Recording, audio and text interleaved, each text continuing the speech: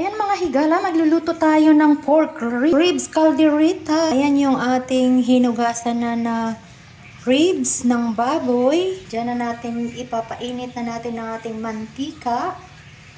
Ayan, inikot-mikot na natin. Sangkutsahin na natin yung ating sibuyas at ang ating bawang. Na natin ang ating pork ribs at atin ang imikot-mikot. Ayan, at atin munang takpan. Ayan na, atin ang lalagyan ng sangkutsang mga black pepper and init. Lagyan natin ang paminta. Ayan mga higala, lagyan natin ng tubig. Palambutin muna natin ang ating pork ribs.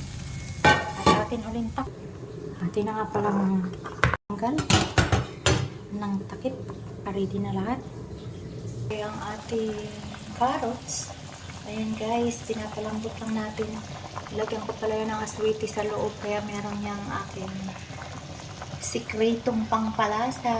Sa caldereta, ayan na. Suot ang lasa sa ating niluluto. Ilagay na agad natin uling takpan para lumambot ng lumambot. Ito na mga higala, malapit na sa katotohanan. Ayan, medyo malambot-lambot na. At ilalagay na naman natin ang ating patatas. Ayan na nga pala ang ating patatas at atin ang ilulublog. Ayan, sige na yan. Lublog na ang ating patatas. Yan naman yung ating palalambutin. Ayan, at atin naman uling takpan. After 20 years, maluluto na din siguro. Kunting mekas na lang, maluluto na ang ating caldereta. Wala lang tayong tapos na ang ating niluluto. After 22 years, mga higala, luto na ang ating pork caldereta ribs. It's it everyone. Kain na tayo.